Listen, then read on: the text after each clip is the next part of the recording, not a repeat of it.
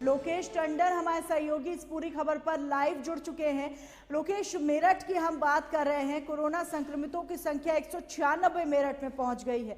वहीं हाल ही में एक मौत भी मेरठ से रिपोर्ट की गई है, जिसमें कुल मिलाकर मरने वालों की संख्या 10 हो गई है। मेरठ में लगातार संक्रमितों का आंकड़ा बढ़ता जा रहा है, जहां तमाम जिले ये प्रयास कर रहे हैं कि अगर वो रेड जोन में है तो ऑरेंज जोन में आ जाएं, ऑरेंज में है तो ग्रीन में आ जाएं किसी तरह। वहीं मेरठ की स्थिति लगातार खराब होती दिखाई दे रही है, क्या कहना चाहेंगे? जी बिल्कुल ना, तीसरी बार जो ये लॉकडाउन हुआ है और तीसरी बार का जो लॉकडाउन है तीसरे चरण में भी, इसमें भी मेरठ रेड जोन में है।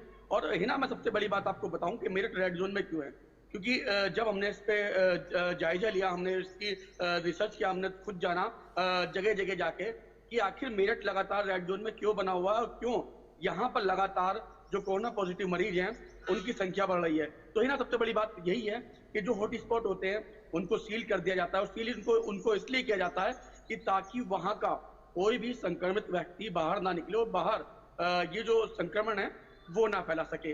तो बिल्कुल वैसा ही मेरठ में हुआ है। मेरठ में भी हॉट स्पॉटों की संख्या लगातार बढ़ गई है और यहाँ पर जो हॉट स्पॉट हैं उनको सील भी कर दिया गया है, लेकिन बावजूद उसके लोग अपने अपने घरों से बाहर निकलते हैं। और इतना ही नहीं, हॉट स्पॉटों से बाहर निकल जाते हैं, बैरिकेडिंग जो वहां लगाए रखते हैं, लगाई होती है, जो सील वहां लगाई होती है उसको फेंक देते हैं। जो बैरियर होते हैं उनको टेम्पररी तौर पर वहां पर लगा देते हैं और सुबह शाम लोग वहां से निकलते हैं। कोई दूध लेने जाता है तो कोई अपना और भी कोई जरूरी सामान होता है वो लेने जाता है। और सबसे बड़ी बात, जागरूकता की कमी है ना। जो लोग हॉटस्पॉट इलाके में हैं, वो कई हॉटस्पॉट इलाके ऐसे हैं जहां के लोगों में आज भी जागरूकता की कमी है।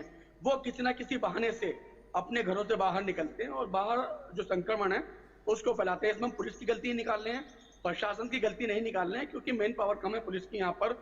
और अगर मैं एक ही थाना क्षेत्र की बात करूं तो एक ही थाना क्षेत्र में क्या क्या हॉटस्पॉट बढ़ गए हैं।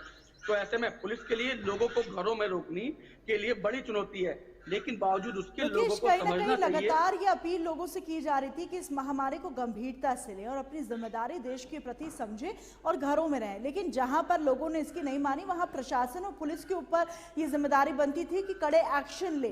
तो मेरठ में क्यों नहीं कड़े एक्शन ऐसे लोगों के ऊपर लिए जा रहे हैं जो लॉकडाउन के नियमों का तमाम बार उल्लंघन कर रहे हैं और पूरे मेरठ जिले को मुश्किल में डाल रहे हैं? और एक जिले से निकलकर ये पूरे प्रदेश में फैलेगा, प्रदेश में संक्रमितों की संख्या बढ़ेगी और फिर पूरे देश का इस तरीके से नुकसान होगा। हिना, बिल्कुल सही कहा आपने। लगातार दूसरे दलों की तो बात अलग है, यहाँ पर लगातार भाजपाई भी खुद सीएम योगी आदित्यनाथ को लगातार ट्वीट कर रहे हैं और उनसे यहाँ पर मेरठ में कर्फ्यू लगाने की मांग कर रहे हैं। उनका ट्रेंड भी था मेरठ मांगे कर्फ्यू।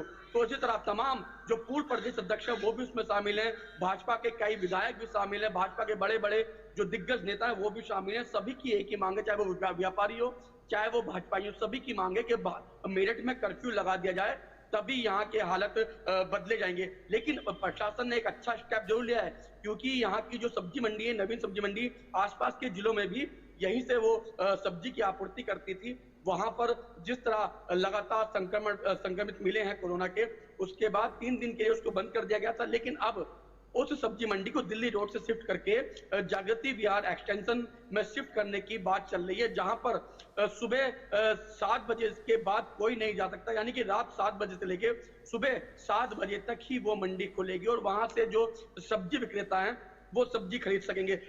मैं ना आपको बताऊं, कल भी कड़े एक्शन में पुलिस थी।